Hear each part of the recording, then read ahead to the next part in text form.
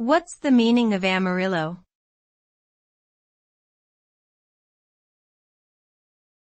Amarillo.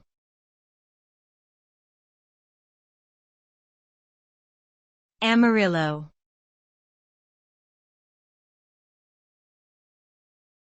Amarillo.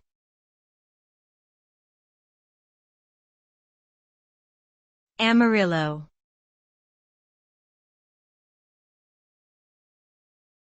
Amarillo.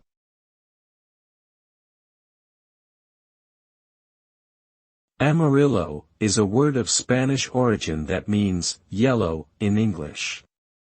It can refer to the color itself or be used as an adjective to describe things that are yellow in color. In some contexts, it can also refer to a place called Amarillo, which is a city located in the state of Texas in the United States. Overall, Amarillo is a word that has a specific meaning and usage, and is commonly used in both English and Spanish-speaking cultures.